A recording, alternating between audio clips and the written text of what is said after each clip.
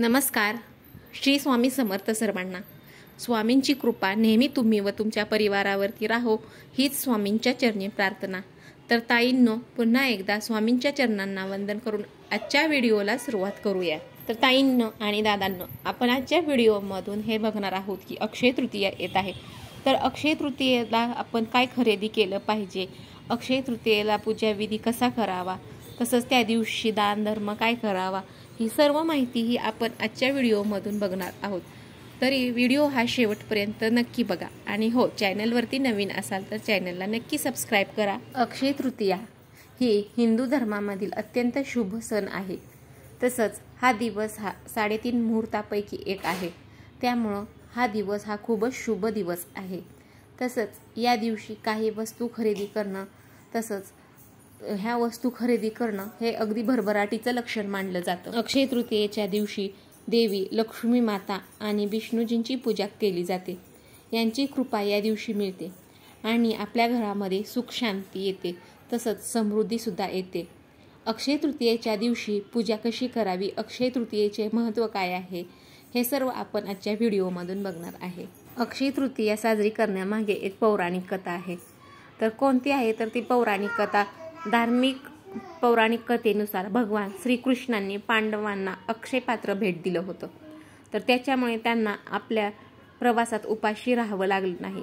कारण अक्षय या शब्दाचाच अर्थ आहे अविनाशी, म्हणजेच कधीही न संपणारा. त्यामुळे हा दिवस हा अत्यंत पवित्र आहे. त्यामुळे या दिवशी खरेदी केलेली वस्तू शुभ परिणाम देते, तसंच आपल्या आयुष्यामध्ये भरभराटीसुद्धा घेऊन येते. तर ताईंनो, अक्षय तृतीयेच्या दिवशी काय खरेदी करावं.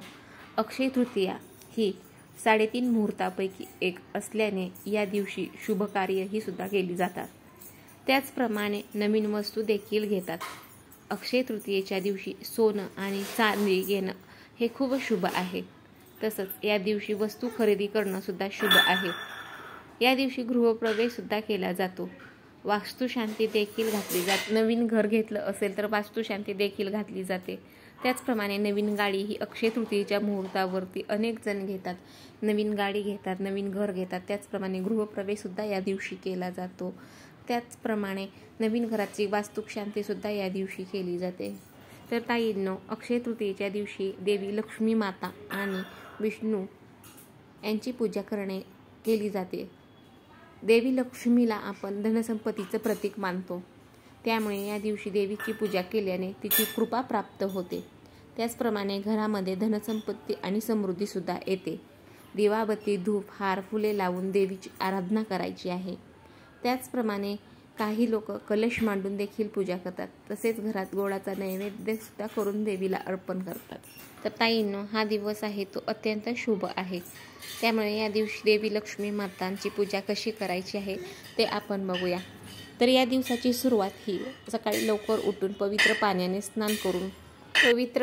स्नान करून घ्यायचं आहे. त्याच्यानंतर अंघोळ करताना गंगाजलाचे काही थेंब बादलीवर पाण्यात टाकायचे. त्याच्यानंतर स्वच्छता करून घ्यायची आहे. स्वच्छता केल्यानंतर ही पूजा करण्यासाठी तुम्हाला नवीन पोशाख घालायचा आहे. त्याचप्रमाणे सूर्यदेवाला अर्घ्य अर्पण करायचं आहे.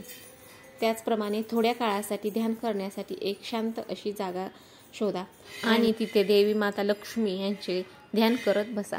ताईंनो, तुम्हाला संपूर्ण पूजा ही अगदी मनापासून आणि प्रामाणिकपणे करायची आहे. पूजा स्थळावरती आणि पूजा चौकीवर पवित्र पाणी किंवा गंगाजल शिंपडा.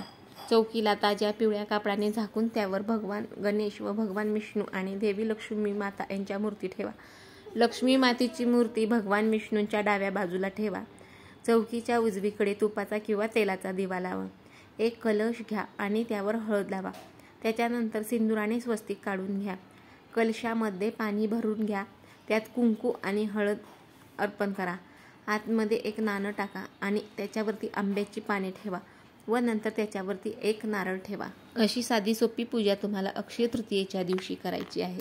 तर ताईंनो, अक्षय तृतीया हा दिवस महत्त्वाचा का आहे तर विश्वाचे रक्षण करते भगवान विष्णू यांना समर्पित हा शुभ दिवस आहे. तर हा दिवस हा पूजनीय आहे, जो त्रेतायुगाची सुरुवात दर्शवतो. हा दिवस बहुतेकदा परशुराम जयंतीशी सुद्धा जुळून येतो, जो भगवान विष्णूंचा 6वा अवतार आहे. भगवान परशुराम यांच्या सन्मानार्थ हा दिवस साजरा केला जातो. या शुभ दिवशी सोनं चांदी खरेदी करण्याला खूप जास्त महत्त्व आहे. त्याचप्रमाणे यज्ञ, पूजा आणि दानधर्म यांचा समावेश सुद्धा आहे. याच्यामध्ये आपण गरिबांना कपडे दान करू शकतो. त्याचप्रमाणे अन्न आणि त्यांच्या आवश्यक वस्तू ह्या आपण दान करू शकतो. आपण दानधर्म केल्यामुळे या दिवशी आपण जेवढं दानधर्म करू त्यामुळे दिवसाचे शुभ परिणाम हे आपले वाढतात आणि भगवान विष्णूंचे आशीर्वाद सुद्धा मिळतात. अक्षय तृतीयेच्या दिवशी अन्न दान करणे याला खूप जास्त महत्त्व आहे. त्याचप्रमाणे कपडे दान करणं आपल्या ऐपतीनुसार आपण या दिवशी दानधर्म करू शकतो.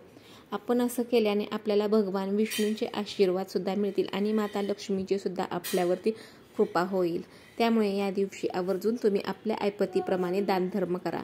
अक्षय तृतीयेचा शुभ मुहूर्त हा वैदिक कॅलेंडरनुसार वैशाख महिन्याच्या शुक्ल पक्षातील तृतीया तिथी 29 एप्रिल रोजी संध्याकाळी 5:31 वाजता सुरू होणार आहे आणि 30 एप्रिल रोजी दुपारी 2:12 असणार आहे. तर यासाठी 30 एप्रिल रोजी अक्षय तृतीया ही साजरी केली जाणार आहे. तर या दिवशी पूजेची वेळ ही पहाटे 5:41 सुरू होणार आहे ते दुपारी 12:18 आहे. या दिवशी सोनं खरेदी करण्याची वेळ ही शुभ वेळ ही 29 एप्रिलच्या संध्याकाळी ते 30 एप्रिलच्या दुपारपर्यंत आहे. तर 30 एप्रिल रोजी सोने खरेदी करण्याची वेळ सकाळी 5:41 ते दुपारी 2:12 आहे. या काळामध्ये लक्ष्मी आणि कुबेर देवाची पूजा करता येते.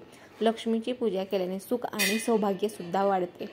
त्याचप्रमाणे अक्षय तृतीयेचा शुभ योग हा दुपारी 12:02 आहे. या वेळेत माता लक्ष्मी आणि नारायणांची पूजा केल्याने धन आणि संपत्तीत वाढ होते. तसेच भक्तांवरती माता लक्ष्मीचा आशीर्वादाचा वर्षाव सुद्धा होतो. तर ताईंनो, व्हिडिओमधील माहिती आवडली असेल तर नक्की लाईक, शेअर, सबस्क्राईब आणि कॉमेंट करायला विसरू नका. श्री स्वामी समर्थ. अनंत कोटी ब्रह्मांड नायक श्री स्वामी समर्थ. अशक्य ही शक्य करतील स्वामी.